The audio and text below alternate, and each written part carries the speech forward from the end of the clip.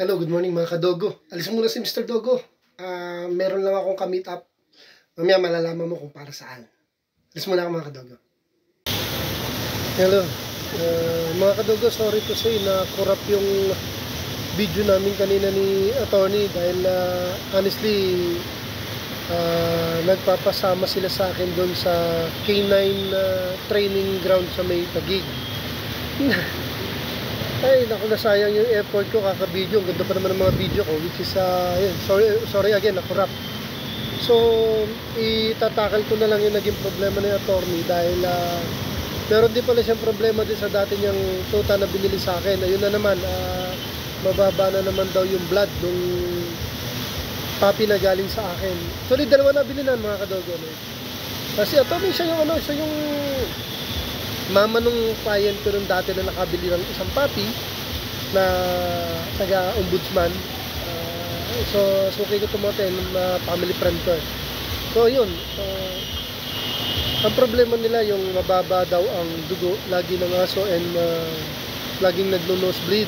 Sa isang buwan yata nakadalawang nose bleeding. So mga kadogo, simple lang yan. Pinayuhan ko nga si ma'am na sundin naman ako dahil I know, pinagagamot nila, mayaman to pinagagamot, pero bakit daw ganon? So try naman nila na yung patas ng papaya painom, aside from dun sa mga gamot na bigay ng vet nila from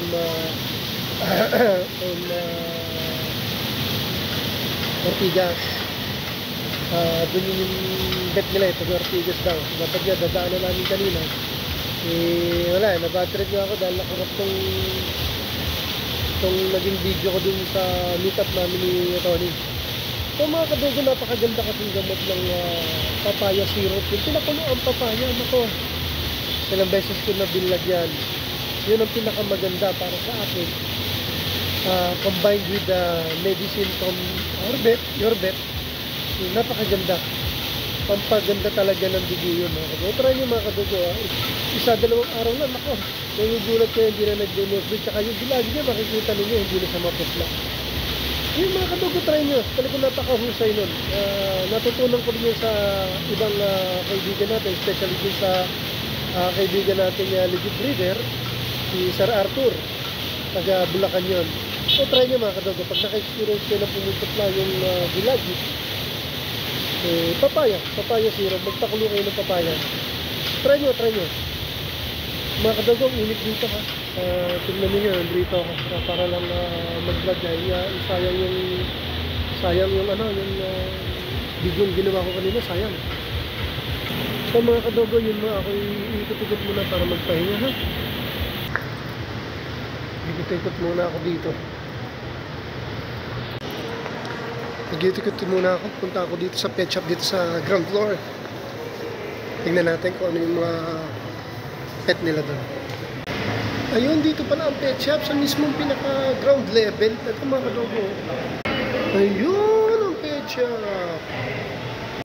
Ayun mga kadogo. Sa wakas nakakita rin ako ng mga mga life size na dog statue. Dito lang pala meron. Kasi meron ako doon sa bahay, di ba, yung German Shepherd. Gusto namin talagang dagdagan yun eh. Ito pa oh, may mga puppy size pa oh. Yung Shih Tzu. Wow. Yun, nakakita rin, tagal ko na naghahanap ng mga dog figure na gano'n, nakagaya na nasa bahay. Ano pala dito sa Trinoma. Ikot pa ako.